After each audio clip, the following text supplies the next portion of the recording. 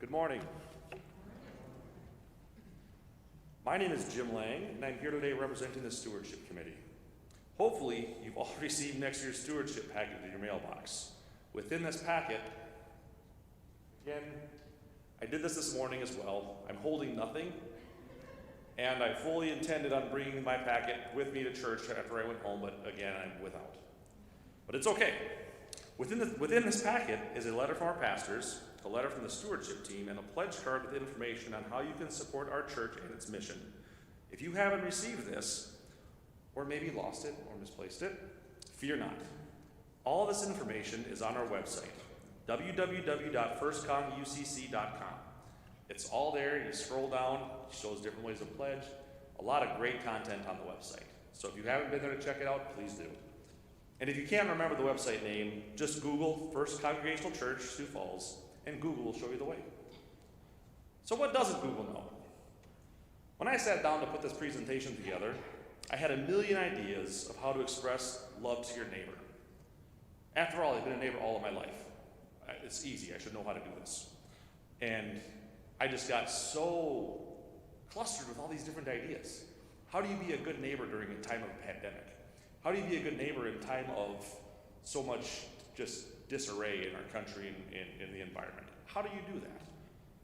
So I had a lot of different starts and stops. And I did whatever I do when all seems hopeless. I Googled it. So, fun game. When I Googled how to be a good, Google does this thing, it's called predictive. So you'll start typing things, it's going to guess what you're going to put in there. So when I type in how to be a good, does anyone have any idea what the first search result would have been? Any guesses? Sport? What was that? Good sport? No, that was not anywhere near the top, so that's something we all need to work on, obviously. Kisser. How to be a good kisser. So I'm going to go ahead and go past that one because in the time of COVID and talking about neighbors, I'm going to recommend not kissing your neighbor. So just do yourself a favor and don't do that. But anyways, I did enter my query, and in less than a second, I received 289 million results.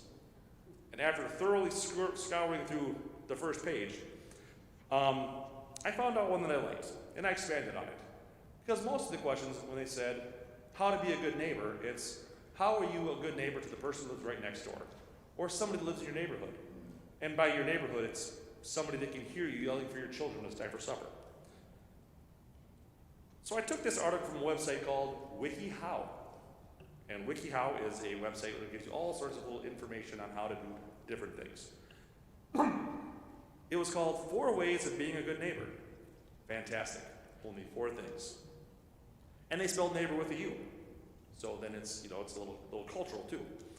A little exotic flair. Again, this is written as a how-to and applied only to your immediate neighborhood. So I took a little bit of liberty and applied this through different lenses. Your immediate neighborhood, your community, your church community, and the global community. So this is taken out of WikiHow, an article that was dated September 7th, 2020.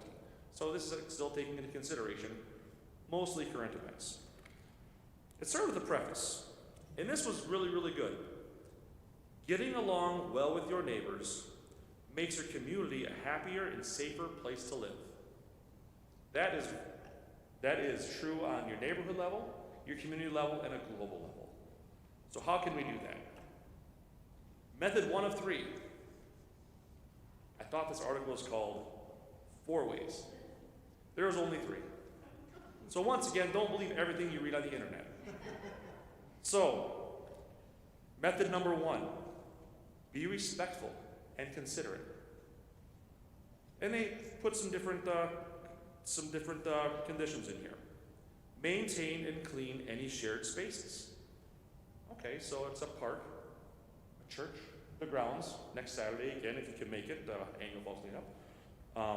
Our oceans, our parks, our beaches, whatever they might be. You take a look at this environmentally, how can we be good neighbors to each other? Care for your own yard and garden. So make sure your house is clean before you get on your neighbor. Don't be pointing, well, look what this guy's doing.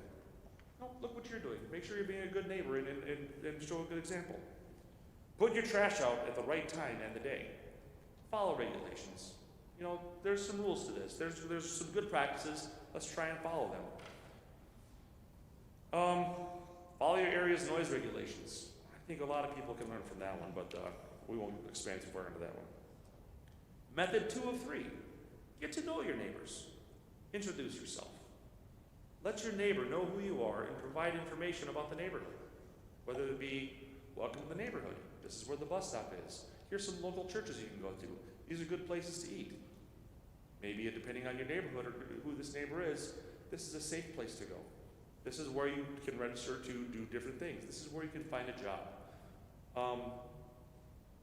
Instead of telling our neighbors to go away, don't come here, how can we be more open to our neighbors? Say, hey, welcome, let me help you become my neighbor. Do your neighbors a favor when possible. Something simple, you know. If they're going to be gone for the weekend, pick up their paper out of the end of the driveway. Get their mail. Rake their leaves if you have some shared areas. You never know when you might need a favor from your neighbor. Attend and host neighborhood events and associations. That's fantastic for a neighborhood. It's fantastic for a church. Get involved with your church. Look at inreach, look at outreach, look what your churches can do for you. Do this in your community. Understand how you can help out in your community. Where to vote. I mean, that's the simplest way that we can actually go through and be part of our larger neighborhood. Method 3 of 3. Again, not 4. Communicating openly with your neighbors. Stay calm when talking to your neighbor, especially when talking about politics. Stay calm. Take a deep breath. Count to 10. If you're sending an email, read it twice, read it 3 times, read it 4 times before you hit send. Make sure you're not going to say, write, send something that you may soon regret. Believe it or not, even if it's someone anonymous, your name is still on that. Deal with problems face to face. Don't hide behind a bogus profile. Don't go through third parties. If you have to discuss something with somebody, talk to that person. So, very simple suggestions for how to be a good neighbor. You can apply these to be how to be a good neighbor and show love to your neighbors. So on behalf of the stewardship team, I want to thank all of you for your continued support for our greater mission and enabling us to be a good neighbor to our community and to our world. And I would like to ask for your continued support in these endeavors. We have very good response in this church for our stewardship campaigns and for pledging. So we don't really need a whole lot of incentive, but if you turn in your pledge card during the pledge campaign, either by mail or through the website, we will in turn enable you to help our neighbors. So please, help us, help our neighbors, and we in turn will help you help our neighbors. Or something like that. So, thank you for your time. Have an amazing day. Be a good neighbor. Continue as you're doing. Continue to wear your masks. Thank you.